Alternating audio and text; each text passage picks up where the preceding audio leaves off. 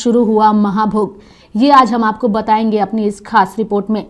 भारत के पूर्वी राज्य उड़ीसा में स्थित जगन्नाथ धाम अलौकिक है। पूरी क्षेत्र में इस तीर्थ के होने के कारण इसे पुरुषोत्तम क्षेत्र कहते हैं।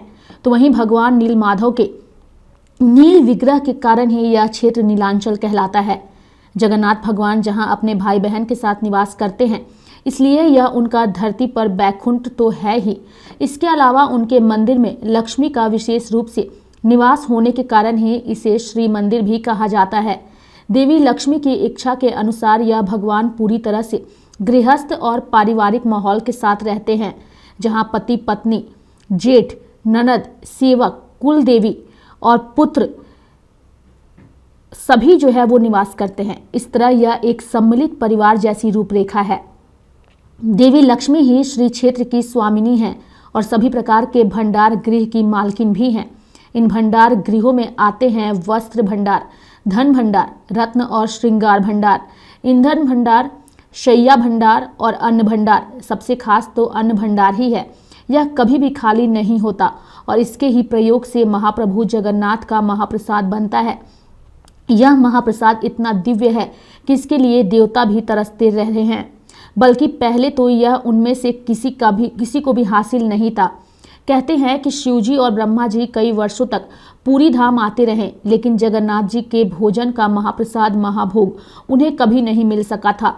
हालांकि आज यह महाभोग श्री मंदिर में दर्शन करने जाने वाले सभी श्रद्धालुओं के लिए सुलभ है, लेकिन यह भी आसानी से नहीं हुआ है। इसके पीछे देवर्षि नारद की 12 वर्षों की अथक मेहनत जो है वो शामिल है।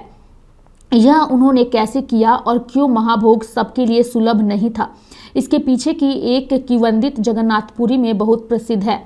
एक दिन देवी लक्ष्मी और नारायण आपस में बातचीत कर रहे थे। देवी लक्ष्मी उनके हर अवतारों की चर्चा कर रही थी और साथ ही उनकी अपनी भूमिका पर भी बात कर रही थी। इसी दौरान उन्होंने त्रेता युग के राम अवतार और उस दौरान वनवास के दिनों को भी याद किया।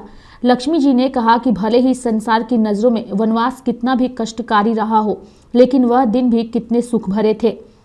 मैं आपके लिए भोजन बनाती थी और आप भी प्रेम से खाते थे। वैसे कई बार सोचती हूँ कि उस दौरान मानवीय रूप में भी लक्ष्मी कितनी विवश थीं। अपने हाथों से स्वादिष्ट व्यंजन बनाकर आपको कभी नहीं खिला सकी। तब विष्णु जी ने कहा, ऐसा क्यों कह रही हो आप? राम अवतार में ना सही, लेकिन कृष्ण अवतार में तो हम दोनों राज परिवार में ही थे। तब तो आपने ये इच्छा पूरी कर ली होगी। ये सुनकर लक्ष्मी जी ने कहा, ऐसे मौके भी कभी कभी ही आए। सत्यभामा और जामवंती में आपके लिए ऐसे होड़ लगती थी, रसोई तो क्या कहीं भी मेरे कुछ करने के लिए बाकी नहीं होता था। तब विष्णु जी ने कहा, ठीक है, अगर आपकी ऐसी इच्छा है तो जैसे धरती पर महादेव कैलाश पर निवास करते हैं और पार्वती उनके लिए भोजन बनाती हैं, तो उसी तरह हम दोनों जगन्नाथपुरी में निवास करेंगे। वहाँ आपको पारिवारिक माहौल भी मिलेगा और आप मुझे अपनी इच्छा से भोजन पकाकर खिला भी सकेंगे। विष्णु जी की यह बात सुनकर देवी लक्ष्मी बहुत खुश हुई, लेकिन भगवान विष्णु ने इसमें एक शर्त भी जोड़ दी कि महाभोग सिर्फ और सिर्फ मेरे लिए ही रहेगा, आप इसे किसी को भी नहीं देंगी। लक्ष्मी ने उनकी ये बात मान ली। इस तरह पुरी के मंदिर में महाभोग बनने लगा। एक दिन महादेव शिव और ब्रह्मा देव महाभोग की लालसा में पुरी पहुंचे। देवी लक्ष्मी ने उनका स्वागत फल और मिठाइयों से किया, लेकिन महाभोग नहीं दिया। ब्रह्मा जी ने देवी लक्ष्मी से कहकर ये प्रसाद मांगा तो उन्होंने साफ मना कर दिया और कहा कि नारायण ने शर्त रखकर वचन लिया है, महाभोग सिर्फ उनके लिए है। ऐसे में शिवजी और ब्रह्मा जी निराश होकर लौट आए।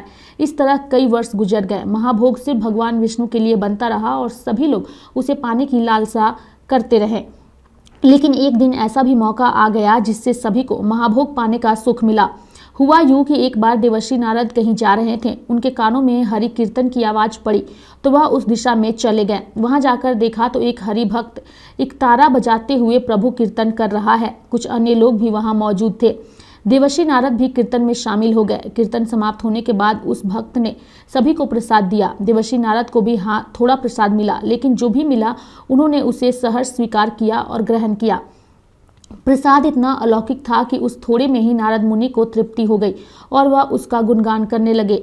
तब उस भक्त ने कहा कि ये तो नारायण के चरणों का बहुत सामान्य प्रसाद है। अगर आपने जगन्नाथ में महाप्रभु का महाभोग चख लिया तब तो सब कुछ भूल ही जाएंगे। ये सुनकर देवर्षि नारद चौंके और बोले, महाभोग ये क्या होता है? मुझे तो इस बारे में कोई जानकारी ही नहीं है। भक्त ने उनकी उत्सुकता देखकर सारी बात बताई और यह भी कहा कि यह महाप्रसाद नारायण के बड़े से बड़े भक्त को भी नहीं मिला, बल्कि ब्रह्मादेव और शिव जी भी इसे अभी तक नहीं चख सके। अब नारद मुनि को थोड़ा सा अभिमान हुआ कि मैं तो नारायण का सबसे परम भक्त हूँ, मुझे तो तुरंत ही ये प्रसाद मिल जाएगा। ऐसा सोचकर वह वहां से चले गए। असल में यह भक्त कोई और नहीं, शिव जी का ही एक गण था, जिसने उनके आदेश पर ही यह सब किया था। भक्त ने महाभोग की बात सुनकर देवर्षि नारद तुरंत ही नीलांचल के जगन्नाथ धाम पहुंचे। वहां वह देखते हैं कि खुद देवी लक्ष्मी प्रभु का प्रसाद बना रही है। यह देख नारद मुनि बहुत चकित हुए। उन्हें देखकर लक्ष्मी जी ने उनसे उनके आने की वजह पूछी तो उन्होंने कहा कि वह तो सिर्फ नारायण के दर्शन करने आए हैं। लक्ष्मी जी ने कहा, चलिए उनका ही भोजन लेकर चल रही हूँ, आप भी दर्शन कर लीजिएगा। नारद मुनि जो महाभोग पाने की लालसा में ही जगन्नाथपुरी पहुंचे थे, वह तुरंत ही देवी लक्ष्मी के पीछे चल पड़े। भोजन कक्ष में जब तक नारायण भोजन करते रहे, नारद मुनि उन्हें देखते रहे।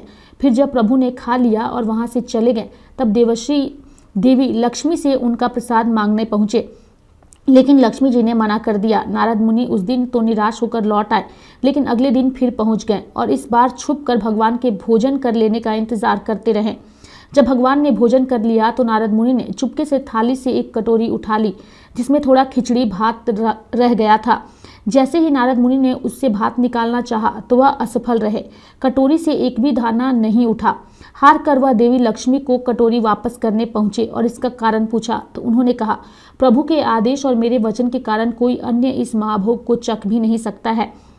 ऐसा कहते हुए लक्ष्मी जी ने बची हुई खिचड़ी भात निकालकर चिड़ियों को चुगा दिया। नारद मुनि बहुत निराश हुए। उस दिन तो वह वापस लौट आए, लेकिन एक दिन वह फिर से माता लक्ष्मी की सेवा में प्रकट हुए और कहा कि माँ, आप प्रभु के लिए इतना काम करती हैं, अकेले भोज तैयार करती हैं, वन से फूल लेकर आती हैं, मुझे भी सेवा करने का मौका दे। देवी लक्ष्मी उनकी असली मनसा जानती थी, फिर भी नारद मुनि की बहुत विनती करने पर उन्हें वन से ईंधन लाने का काम सौंप दिया। लेकिन नारद मुनि ने कहा कि ईंधन तो मैं ले आऊंगा, लेकिन जो भोज बनाने में भी तो आपको सहायता चाहिए होगी। तब लक्ष्मी जी ने कहा, भोज तो मैं बहुत आसानी से बना लेती हूँ।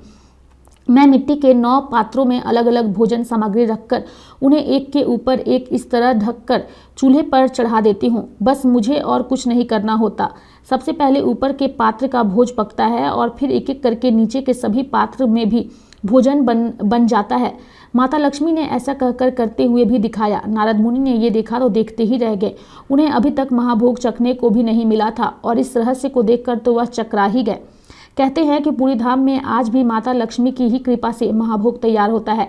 इसकी विधि भी ऐसी ही है जैसे माता लक्ष्मी ने बताई थी। प्रतिदिन जगन्नाथ महाप्रभु को 56 भोग लगाया जाता है और फिर दर्शन करने आए श्रद्धालुओं में ये प्रसाद बांटा जाता है। लेकिन सवाल ये है कि क्या नारद मुनि को ये महाभोग मिल पाया? जब महाभोग किसी को नहीं मिल सकता है तो फिर आज ये श्रद्धालु को कैसे मिल जाता है? ऐसे ही तमाम खबरों के लिए हम आगे भी आपको पूरी से जुड़ी इन रहस्यों के बारे में अपनी इस रिपोर्ट में बताएंगे। आपको अपनी कल की रिपोर्ट में हम बताएंगे कि आखिर आगे क्या हुआ, क्या ये महाभोग जो है वो भगवान श्री नारद को चखने को मिला और ये महाभोग आज के दिन में कैसे आम लोगों को सुलभ होता है, ये हम आपको अपनी अगली रिपोर्ट में बताएंगे। लाइव इंडिया हर पल के लिए रांची से डेस्क की रिपोर्ट।